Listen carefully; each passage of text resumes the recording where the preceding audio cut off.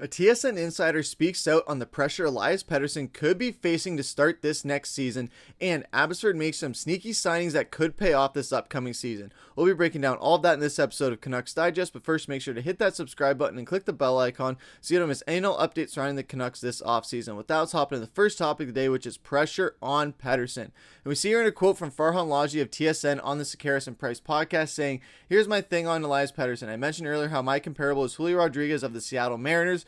Two guys that are elite, generational talents, two guys that have had very, very bad seasons, and two guys that are flat out getting paid."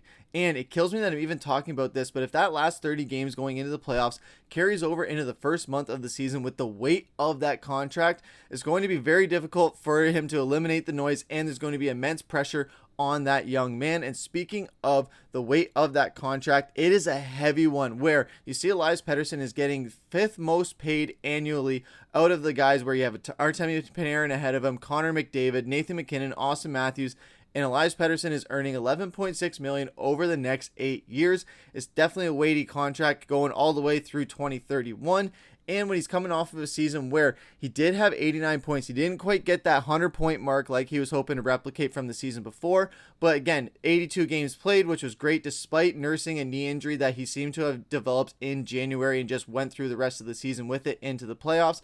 34 goals, 55 assists, 89 points total, like we said, 207 shots, 30 giveaways, 50 takeaways. He had a plus 20 rating, and he was averaging almost 20 minutes on the ice per game. He's expected to have a plus 5.7 plus minus average this year.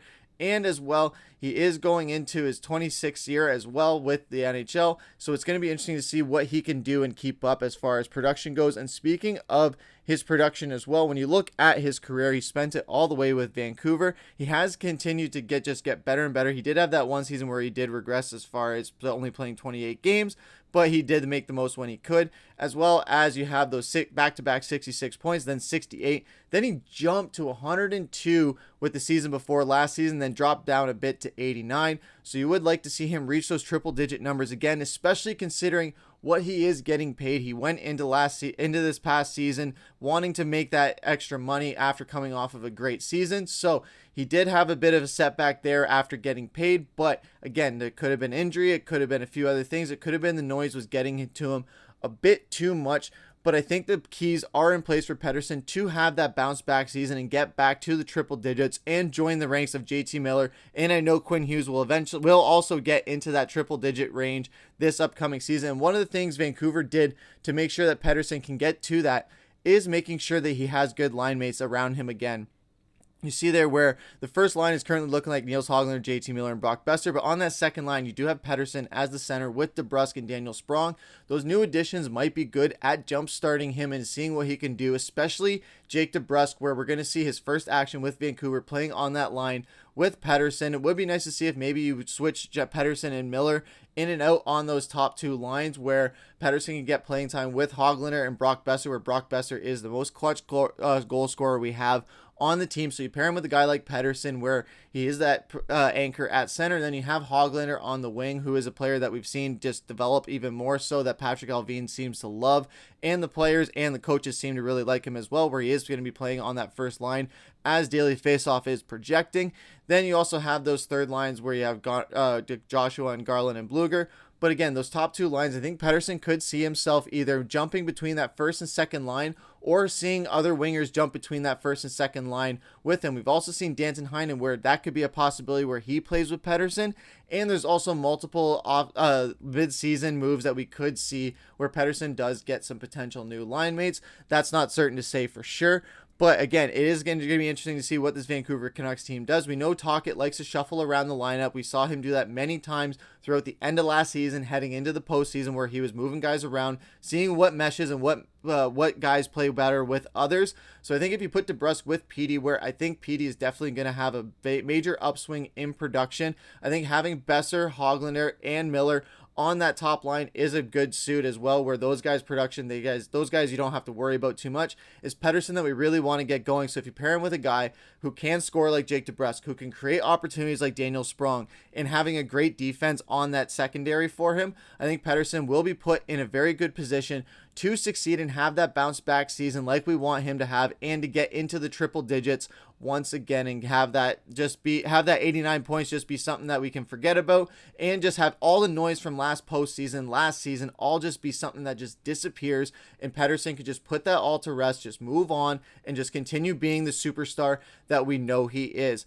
But as far as getting away from the superstars, we're going to go into something that Abbotsford did, which was Abbotsford signed 2 other players. And we see here in these depth signings, you see Zach Okabe, and you also see here where Zach Berzola were signed to 1-year AHL contracts. The first of which we're going to jump into is Zach Okabe, where he was born in Japan. He played hockey in Australia, he's moved over to America, where he's played with St. Cloud State in Minnesota.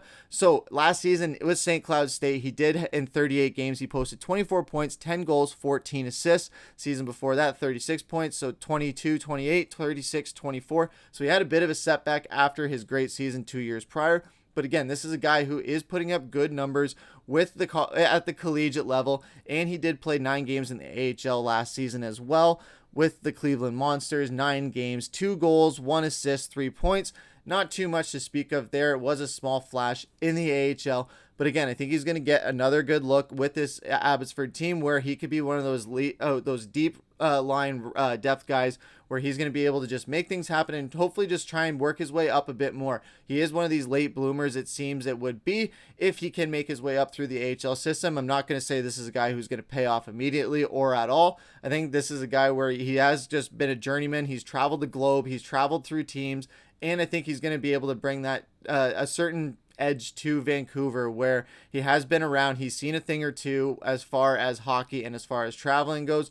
So maybe that does translate into just bringing something different to this Abbotsford team, and something that Manny Malhotra can harness to his advantage, of having a guy who's played in different countries as well. So that'll be interesting to see. And the second of which is Zachary Berzola, who does have a bit more of a resume than Okabe has as well. He's from Howell, New Jersey. He's a right-handed defenseman as well. He's bounced around a lot of teams as well. As much as he does have that nice resume, he has bounced around a lot through the ECHL, the AHL as well, and he played in the collegiate level as well. So he did win the ECHL championship with the Florida Everglades as well, and playing part-time with the Hartford Wolfpack, as well as the Cincinnati Cyclones. So he was just rolling around. So it's hard to see exactly where his stats lie as far as from a last season standpoint. It just bounces around so much. But you do see there with the Cincinnati Cyclones in 2022-2023, which was his most productive season. He had 25 points over 56 games, 6 goals, 19 assists.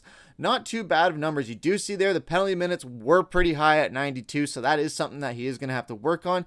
And he did seem to harness it a bit when you look into those other games where he did have a significant drop in his penalty minutes. So it is good that he did work on his discipline from that. But it isn't something that isn't a bad thing when you're looking at a defenseman. But it is, again, look at his age, 26 years. He is past his prime, of course. So this is nothing more than just a depth signing for Abbotsford. Just another guy to fill the roster, to add some more pieces to these other draft prospects that are going to be making that jump to the Vancouver roster. So hopefully he can just elevate these prospects like Lekkerimaki, like Arshdeep Bains, like Atu Ratu, like these other guys that are going to be coming up and just making a name for themselves on the Abbotsford team to jump onto that Vancouver team. He's just going to be another one of those supporting characters along the way.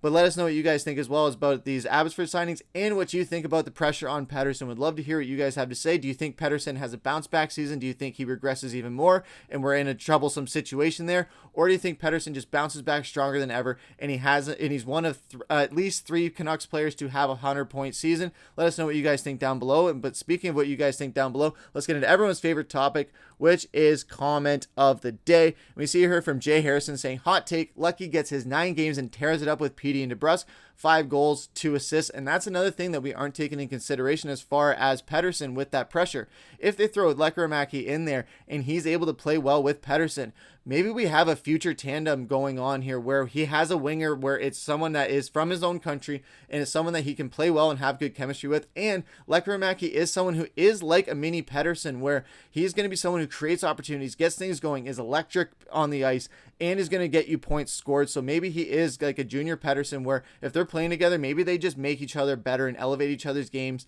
It's going to be like a fun kind of back and forth with those. That would be interesting to see. Would love to see that happen. But That's going to do it for this episode of Canucks Digest. Let us know what you guys think down below. Like, comment, subscribe, share with your friends. Would love to see what you guys have to say. But that's going to do it for this episode. I've been your host, Griffen. Take care.